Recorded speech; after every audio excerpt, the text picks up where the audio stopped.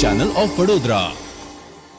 ફતેપુરા તાલુકાના સુખસરમાં હોમગાર્ડ તરીકે ફરજ બજાવી રહેલા જવાનનું તેમના ઘરે આકસ્મિક મોત થયું હતું, ત્યારે મરણોત્તર સહાય અંતર્ગત તેમના પરિવારજનોને ચેક અર્પણ કરવામાં આવ્યો હતો।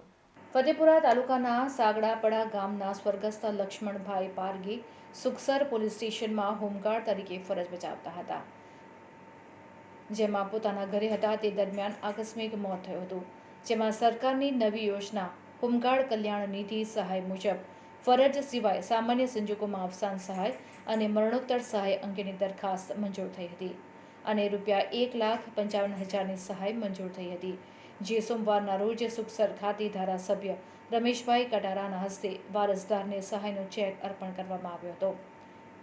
જિલ્લા હોમગાર્ડ કમાન્ડન્ટ સરદાર બારિયા પણ ઉપસ્થિત રહ્યા હતા।